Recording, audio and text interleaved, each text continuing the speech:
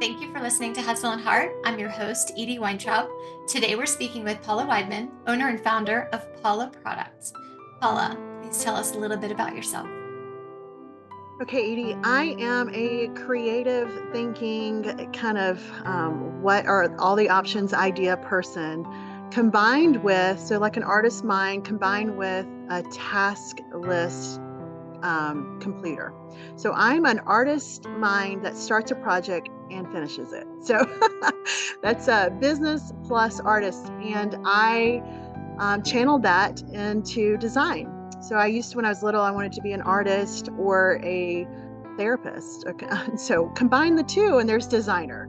So I have an interior architecture degree and I have over 25 years experience designing all spaces, but preferably spaces people choose to go to. So my number one love is restaurants, retail, mixed use, entertainment, some branded projects, some corporate office projects, but usually they have, they got a little something to them. They're not just your typical rollout. So that's a little bit about me without going too deep. No, I love that. Thank you for sharing. So I have continued to be inspired by your work. Can you share with us a recent project that you've not only started out early, but has already opened and is operating? And so you get to see obviously the fruits of your labor and the customers enjoy the space that you created. Absolutely. I'm thinking about several right now. I'm working with one client, and I've done, I think, 4 or 5, maybe 4 restaurants with him. And I just finished a motel, just one little small part of a motel, like a real motel on the side of the street. Like we probably stayed in when we were kids, or at least I did. But the restaurant, one comes to mind is he has a restaurant he opened named after his late mother, and Betty Jean's in Madison, Georgia. And that was such a fun project. And he's a friend of mine. I was able to go to his mother's house and find accessories and art and go in her cupboards and pick out ceramic bowls that we used to put in the space to really make it authentic. And I was like, some things he had printed because he's like, I'm not going to have this destroyed. That story of that place was based on her recipes from the 60s and 70s that he grew up eating. We made it very themed. And that is just a fun project. And he is my friend and client, but because we've done several projects together, he really just kind of lets me go on a very long leash. And it's so fun. And so the friends and family event, hopefully don't cry now, but the friends and family event, her best friend was introduced to me and she said, you hit the nail on the head. This is Betty Jean. And I was, you're kind of like amped up for the project to open, the food to be good and all that. But to hear that like we hit the nail on the head with something so precious, it's more than just a design project. It's about business, but it's about experience. And then to touch somebody to carry on like a legacy, that was just one that stands out to me. That to hear that, I was kind of undone. What a great recommendation and joy that you felt in hearing that feedback, because I mean, at the end of the day, and any project, that's the hope that you have for its delivery. There's so many spaces that they feel like, oh, this feels like the new look, that everyone's doing, and it's hip and cool, but it's maybe flat, and it's kind of hard to understand why it's flat. So I feel like, and I know you totally feel like, there's got to be a story. Hopefully it's a true story, not fabricated, but even if it's fabricated, that it kind of has some design guardrails and not just being, we've got to make this cool, hip, fun. Honestly, the word Instagrammable, I like it to have a heart and soul and be based in something authentic. And I know that's huge for you. You love local foods and local farms and all that sort of thing. There's really something to that because people want depth and authenticity, I think, throughout everything. So yeah, that was really amazing. With all the news coming about AI and all these, computer generated images, I think nothing gives me more pleasure than realizing we still have IRL in real life. And so to walk inside these spaces that tell a story that you get to experience even just a little taste of it's so beautiful. I agree. Now, I do like AI to help me sound a little smarter because I am from a small town in North Carolina, and the way I speak a lot of times grammatically probably needs a little help. So AI does help me a little bit with that. But that I do enjoy that part. But yes, I totally agree. And I'm actually getting a kick out of some of the image creating that I'm seeing where like there's 10 fingers on one hand or whatever happens with AI. I was like, okay, we probably can't fully be replaced by computers. So it's a little encouraging. There's a long runway for improving all of that. And, totally. Again, use what you can. It's good to be aware of it and use the tool. But I think being aware of it helps it get better and helps you leverage the tool better. Totally. I agree. So tell me, who have been some of your biggest mentors, advisors, people who have helped shape how you look at the world of design? The world of design. Mentors, well, in life, of course, my mom, just very encouraging.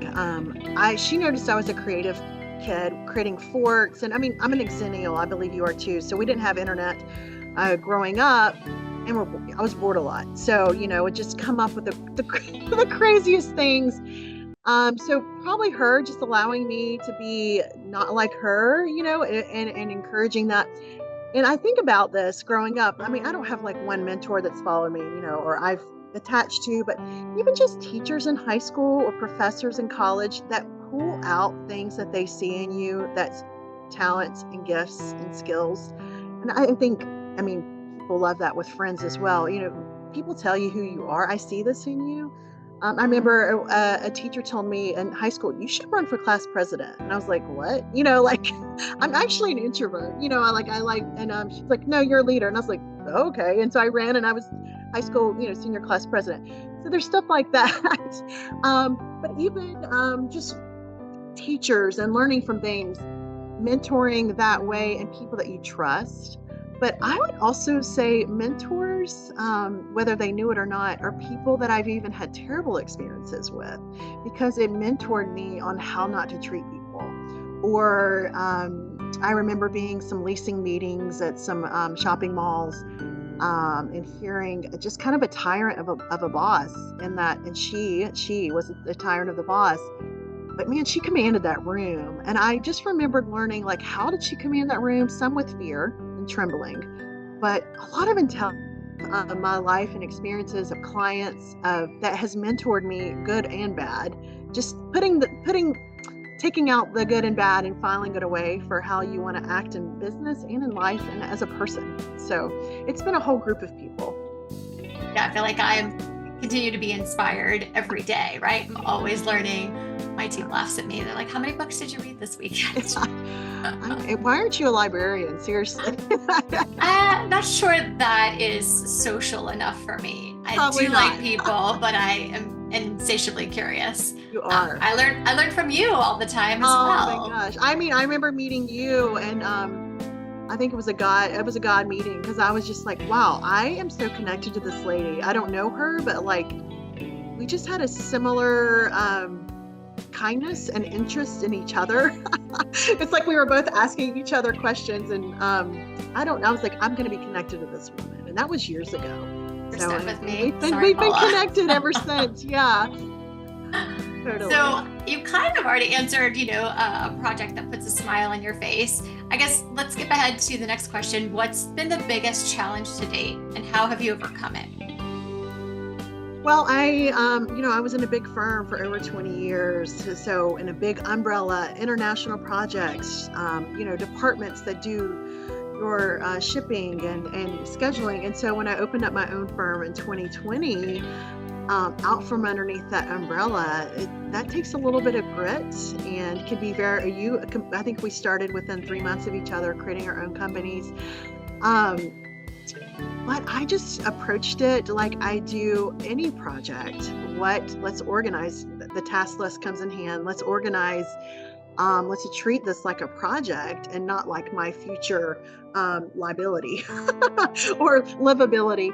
and just kind of broke it down into small pieces. Every day's new, and there's tasks that you can accomplish every day moving forward.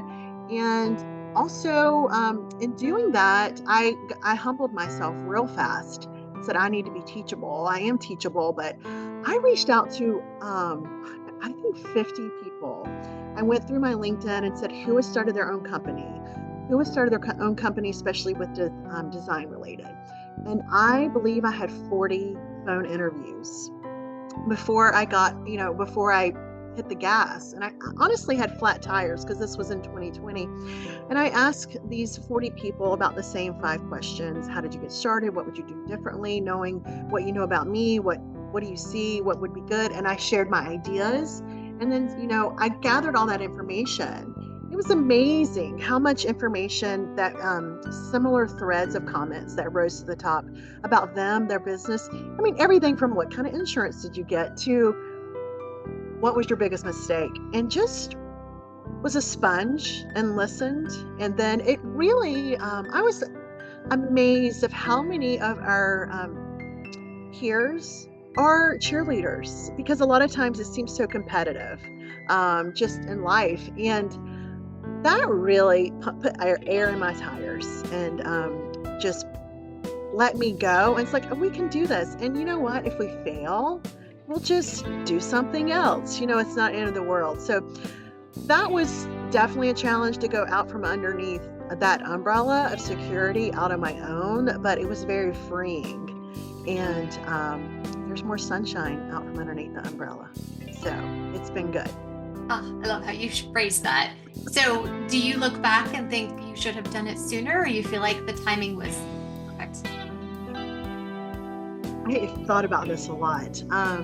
There were days, years, and projects where, aren't the best. And then you just kind of hold on. I am kind of a loyal person. When I join a team, I'm still on the team. When I play soccer, I coach soccer too on my spare time, and I would still be on the team. Or I was like, why am I still here? Was I supposed to jump ship a long time ago? And honestly, I would have probably been loyal and still at that company today. That's just kind of the person. I'm a team player. So I think I had to be kicked out. And it was the right time. The whole world reset, what we were doing in 2020. And it was good.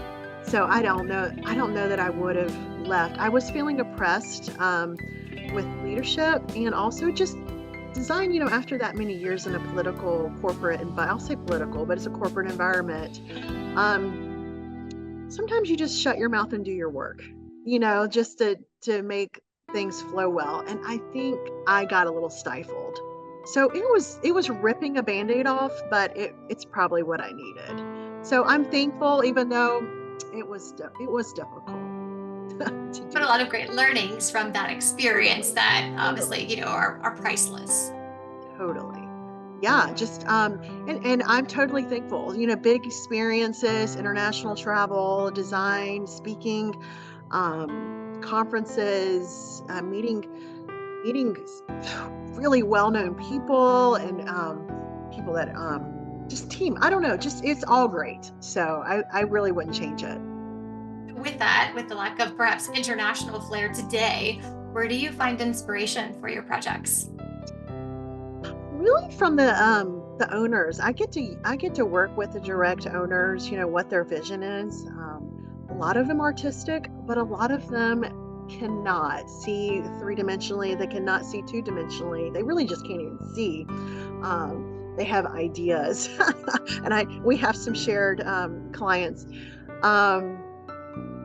Really, it's funny. I am a dreamer and artist, but I go into function first. So what kind of space? I ask a lot of questions. I like to figure out my boundaries really fast. And then ask some questions that also let my client take off like the linchpin of like being in a box. If you could do anything, what would you do? What's something you haven't shared with me that's a dream that you want to incorporate later down the road? Just really just investigating, and then functionally with what is the space? Who are the demographic of the top users of this space? I like to get into just some real factual things and then make it work as a machine, and then charge it with the spirit of what the space is, the story of the spirit. The inspiration can be from something they said, from their branding colors, from what the takeaway is from their end users, how they want to experience this, how they want to grow. Why are they starting this business? Was it just to make money, or it's like, I'm really good at making cookies and I want to share that with everybody? It's like, okay, let's get your cookies out there. So inspiration I would say with people, and then just quiet time. And then I will start sketching immediately. Sketching either just in 3 dimension or on 2D with a plan. What are all the options? How do we want to take people through a space or around the space? I don't have a set inspiration getter for each project. I like to really hold on to my tools lightly and just be fluid. And so that there's not a standard way to approach every single project. And because not every project's different. Even if it's a rollout, the next project is different. There's different players. And it's a long-winded answer. There's inspiration from everywhere. I really say. I really want everybody to check out your YouTube, because watching Paula create in real time is just so it's like serene, and it's like zen, and it's just really beautiful to watch. She speeds it up so you can see it in fast motion, so it doesn't take a whole bunch of time, but I highly recommend. So towards the end, we'll drop your YouTube. I will add to that. I've seen a couple quotes, and one of them was like, a sketch is just a line going on a walk, or a sketch is just a mini movie. And I was like, oh my gosh, I should film what I'm doing. And I need to do it more, really, honestly. But it's just a mini movie and it doesn't have to be perfect. And a lot of architects haven't loved that about me, because I kind of sketch in more of a cartoon style, kind of in a feeling. It's not always perfectly 2-point perspective, or the horizon line might get a little wonky, but it's just a feeling of what's in my mind getting down on paper. And so it's fun to share that with people, especially with people that don't see 3-dimensionally. They're like, what kind of person are you? My husband can calculate numbers without a calculator like crazy. And I'm like, that's not me. So we're all different. Balance and everything. Yes. Is there a ritual or habit that gets you inspired, or uplifts you, that you do consistently, that aids to the creative process? Quiet. I need some quiet and quiet time. It's funny, when I start a project, and I know you're like this, it's not like, okay, I'm at my desk, now I'm doing the project. It's constantly folding clothes in the shower, at the grocery store. You're thinking about this project and all the little pieces and parts. So I play out a lot of things in my mind even before I sit down to start sketching.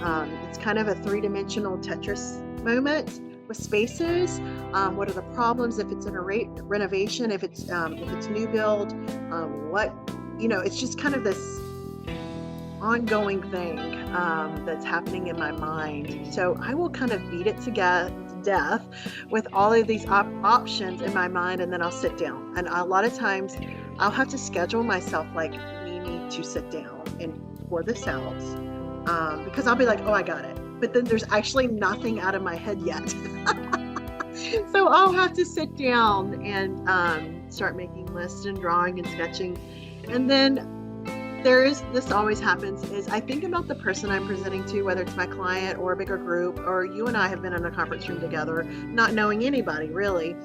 I don't have a formula of how I'm going to present. I always want to think about who's the audience, how have they presented to me? And then so I want to present back to them similarly. Did they show me images, or did they give me a bunch of words? Did they give me a bunch of goals?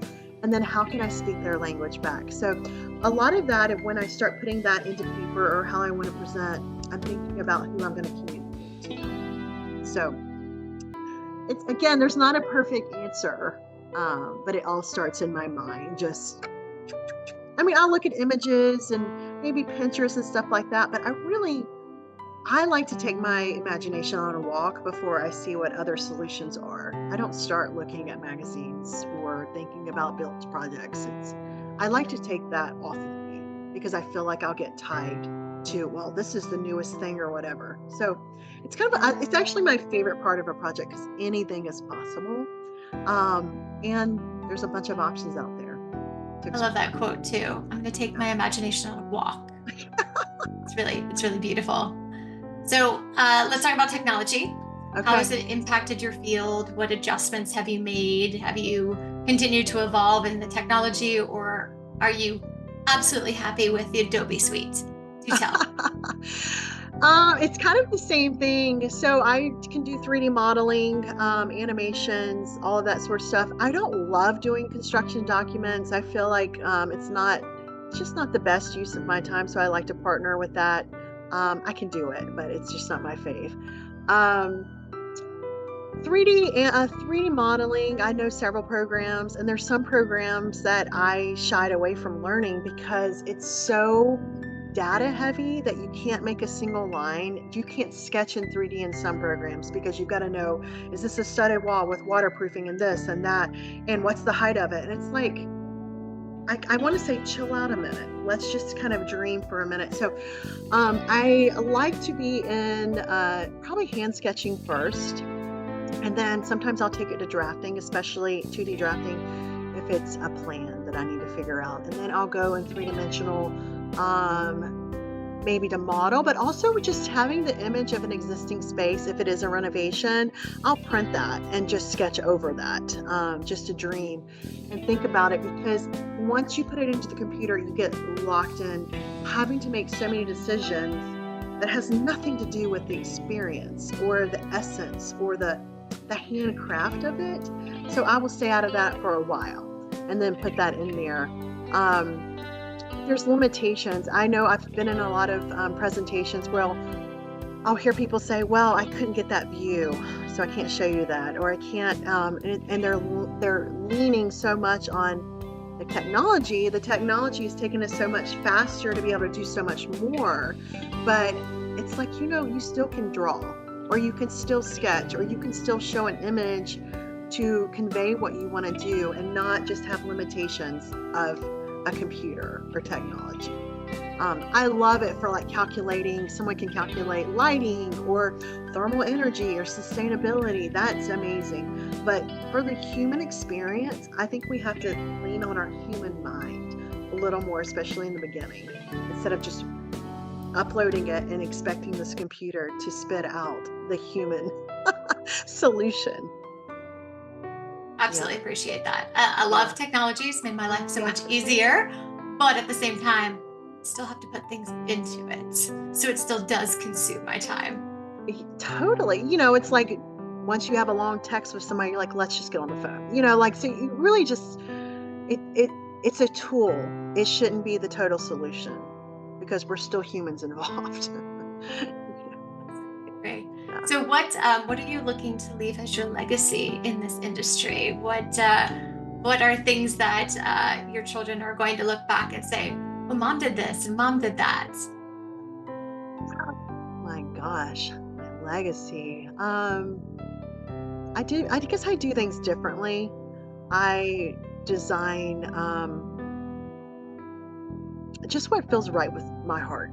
And kindness. Now, I look back at some of my early professional years and like, I wish I hadn't said that. I relive some moments in meetings like that was really immature of me. I look back on some of that, but I hope kindness is what is left when people think about me, and probably boldness too, just with design, but also my own convictions and care for people.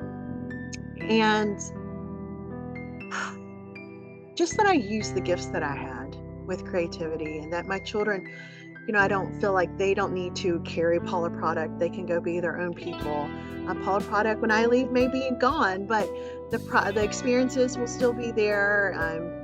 And I just, like the woman that said you hit the nail on the head, I just want to leave knowing that I helped create experiences that affected people for good. And there was goodness and kindness and love and joy and peace and all those great things involved. And not like, wow, she was really competitive, really mean. She really, I don't want to be remembered for mistakes. I want to be remembered for the goodness, I guess. I think we probably all want that. Yes, absolutely. No, I would definitely agree with that statement. Yes. What advice would you give to someone who's looking to join the ranks of design of restaurants? The restaurants. Well, design of anything, what makes you tick? What in all, I mean, there's so many facets from specifications to construction documents to construction administration to client presentation to behind the scenes, more detail. What makes you tick? Like, what is really unique to you? There's two school of thoughts. Like, some people think you got to be the all encompassing person that can do every aspect of a project, and hey, that's great. And then some people say, what are you really good at? And lean into that and get even better with that. Not to ignore your weaknesses, but I knew this 20 or so years ago. I remember in a review, and they were like, Paula, you're not so great at this. You're really good at this. We want you to work on the weaknesses. And I just had this moment of maturity of like, sir, if I work on these skills may come up to here, but if I don't work on these, they're going to come down and I'm going to be flat. And I know that for money and for business, if I could do everything perfectly and great, it could get it done. But I really feel like I'm skilled and talented in here. I'm going to focus on this. There was this long, awkward pause in the interview, and they're like, okay, so that makes sense. I mean, I was probably 22 when I said that. I don't know that I'll ever be this science mind, data testing, detail, we say down to the gnat's butt, basically, kind of person. I'm just probably not going to be that person. And I don't know that I can fit into that. But I am somebody that connects with people. I speak contractor. I speak owner. I want to initiate projects and help projects move. I don't have to have this be a Paula project, a Paula product with my stamp on it. I want to be the dream of the person that's wanting to put it together, and I want to help them get it there. So that's where I need to operate, not in the weaknesses. So I don't know if that answers your question. Yeah, So I guess for that absolutely. person, it's like, who are you? Who are you talented and gifted, and what inspires you? What would you do for free? What would you do? What do you do when you realize, oh my gosh, I can't believe time flew? What is it that you get into the zone doing? And like, I could do this for hours. That's some really green flags in the direction that you should go, and not have to compare yourself. You don't need to be an Edie. You don't need to be a Paula. You really need to be you, because you have things that we don't have, and we need you at the table. I love genetics, right? You just put all these pieces together in a bowl and you just never know what you're going to get out of it. So yes, everyone is a necessary piece of the puzzle.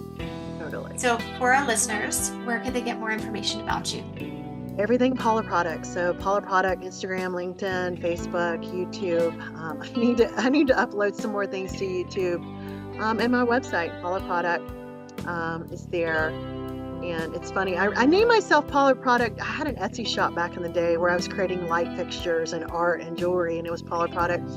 And I thought about maybe calling my business Paula Project, but I was like, no, because not everything that I'm going to be involved with is an actual project. It could just be the end product of an idea, or an object, or an actual product, or space. So anything Paula Products, that's where I am, and would love to connect and hear from you. And this was awesome, Edie. Thank you for inviting me to this. I love seeing everything you're doing, and I love your tenacity to go after things that you're curious about and you're interested in. And man, I've never met a connector like you. So you're amazing. You are a connector. I pull that out of you. You are a connector, and you know that, and keep connecting. Yeah. Well, we are so grateful for your time today.